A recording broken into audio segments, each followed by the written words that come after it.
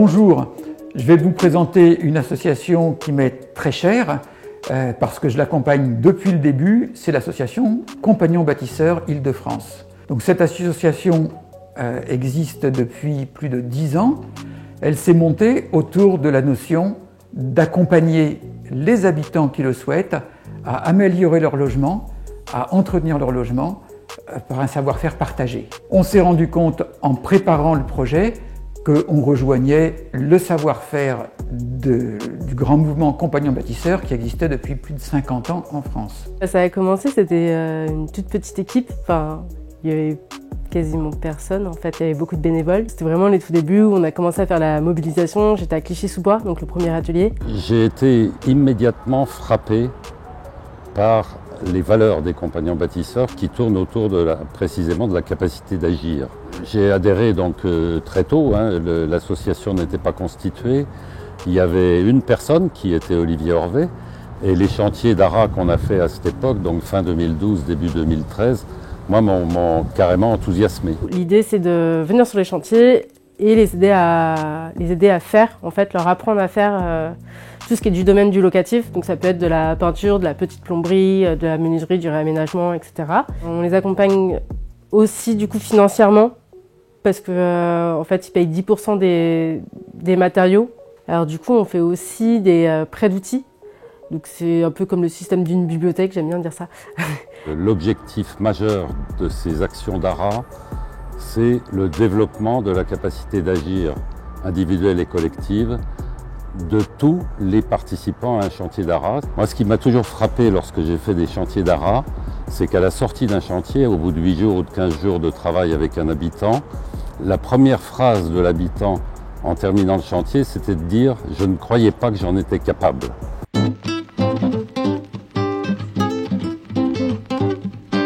Je suis Madame Fibel Nicole.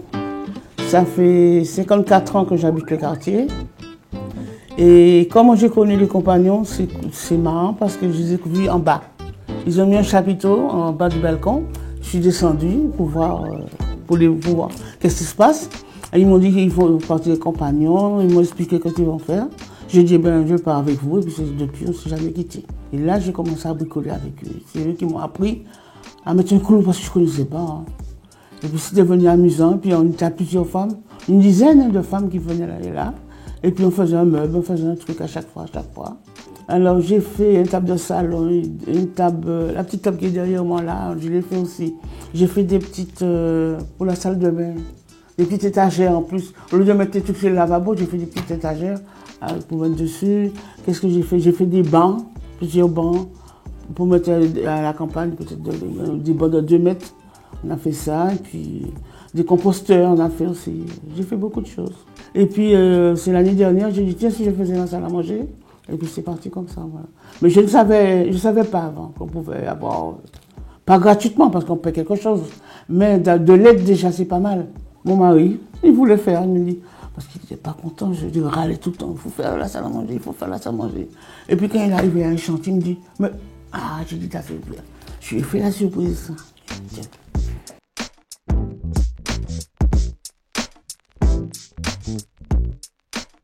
Je vais quand même tous les mardis, parce qu'avant c'était tous les mardis, tous les jeudis. Là maintenant je viens plutôt tous les mardis. Même s'il n'y a rien, je papote, je donne un coup de main, je tiens une planche, j'essaie d'aider un peu, puis c'est tout.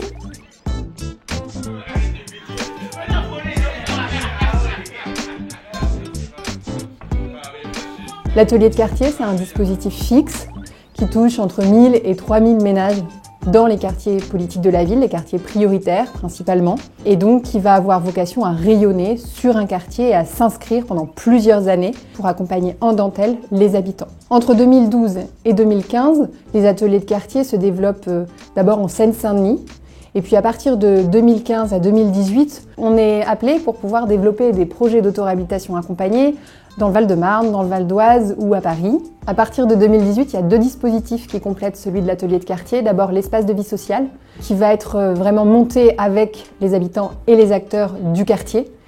Et le Bricobus. Le Bricobus, c'est un dispositif itinérant qui a la possibilité de toucher des ménages éloignés des ateliers de quartier, donc de manière beaucoup plus éparse, et qui va faire les mêmes propositions techniques que l'atelier de quartier.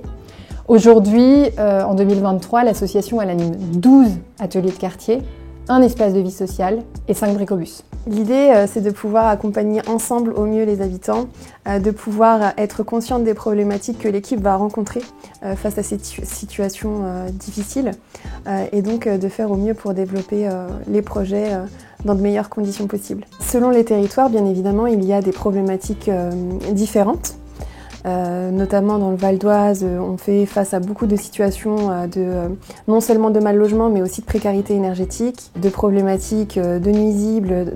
Et donc, face à ces problématiques, on essaye d'accompagner au mieux les habitants en partenariat avec les différentes institutions sur place. C'est une association qui va impulser une dynamique sur le quartier, une synergie.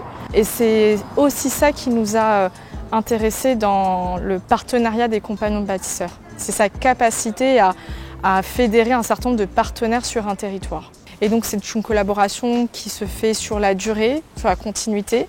D'ailleurs, on a développé le partenariat sur d'autres secteurs. On essaye d'adapter aussi aux évolutions, on essaie de travailler au niveau du réemploi.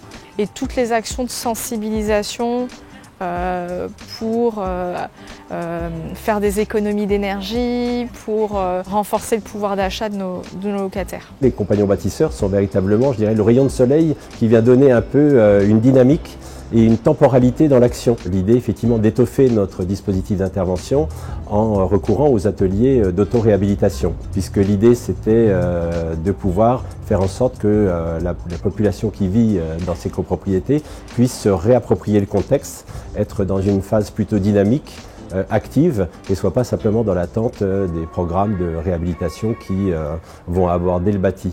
Dès le début, j'étais bricoleur, donc j'ai travaillé dans le bâtiment. C'est dans ce cadre-là pour aider, puisqu'il y a beaucoup de personnes qui sont dans des difficultés. Donc c'est juste pour pouvoir participer et donner un coup de main, quoi. On a aidé par exemple, certains habitants à refaire leur salle de bain, à repeindre leurs appartements. Il y a une chose que je dois dire, moi je ne connaissais rien quand je suis arrivé ici. J'ai fait venir un mec parce qu'il connaissait, mais moi j'ai tout appris ici. Je ne connaissais rien du tout. J'ai appris tout, la peinture, comment on appelle, l'enduit, les débouchages des tuyauteries, le carré, tout j'ai appris ici. Notre objectif, surtout quand Maxime était là, c'est pas seulement le bricolage aussi. Il faut qu'on rajoute le côté humain, accompagnement, etc. On fait des repas ensemble, on peut aller chez les uns et les autres, etc. Donc c'est pas seulement l'aspect technique, il y a aussi l'aspect humain, quoi. Il y a 2 jours, quelqu'un revient à l'atelier, une habitante, et elle me dit c'était super d'avoir assisté à l'animation parce que pas plus tard que le week-end dernier, mes toilettes fonctionnaient plus. Même si le système était différent, elle a compris comment ça fonctionnait et elle est très, très fière d'avoir réparé en fait ses toilettes. Elle était contente et moi aussi. Le chantier, c'est un habitant, une habitante, la famille, des fois les enfants. Mais c'est un moment super fort où on partage le travail, souvent le déjeuner aussi. Et ça, c'est extraordinaire parce que c'est des relations fortes. Voilà, c'est un moment fort. Moi, ça m'apporte énormément aussi. Voilà.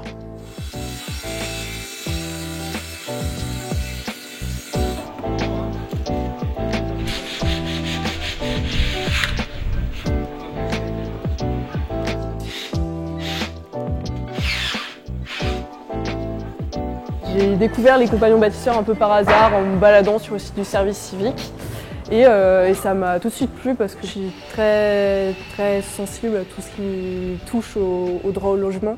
Enfin, je trouve que le fait d'aller chez les gens et d'être confronté en vrai à ce que c'est que le mal logement, ça, en tout cas pour moi, ça fait beaucoup plus sens que ce que j'ai pu faire dans mes études. Mes journées, j'ai envie qu'elles ressemblent à ce que j'ai là en ce moment, qui est à la fois d'allier des trucs très très pratiques et de construction qui moi me font kiffer vraiment, et aussi ce truc de lien avec les habitants où des fois tu arrêtes ce que tu es en train de faire et c'est pas grave et tu discutes un peu avec la personne, mais c'est tout aussi important que le reste.